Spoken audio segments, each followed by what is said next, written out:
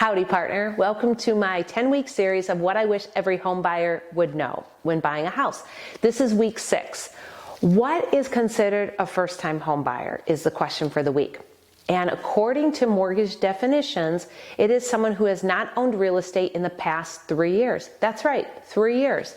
So if you were on grandmother's house on title, that does count as being on a home and having home ownership. Let's say she added you onto title because if she passes away, she wants to make sure that you get her house. Well, then you are not a first-time home buyer. Or if you've had a spouse that bought a home and then put you onto their title, onto their deed, that means that you are not a first-time home buyer either if that has happened in the last 3 years.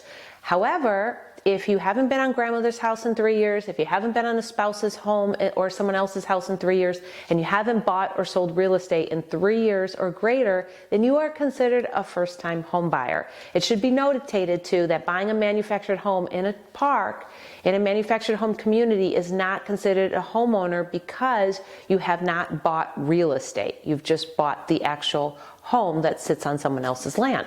So, with that being said, why is it important?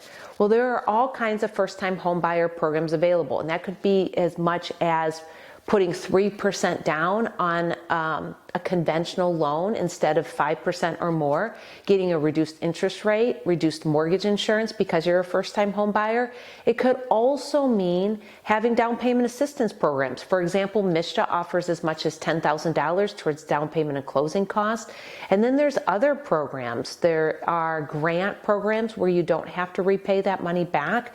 So there's all kinds of opportunities and options for you if you're a first-time home buyer. At the same time, a lot of those options are predicent on how much money that you make and what you bring in for income. So it's possible to be a first-time home buyer, not qualify for any first-time home buyer programs because you're over the income limit. Regardless, a first-time home buyer is defined as someone who has not owned any real estate in the past 3 years. Pretty fascinating, I know, right?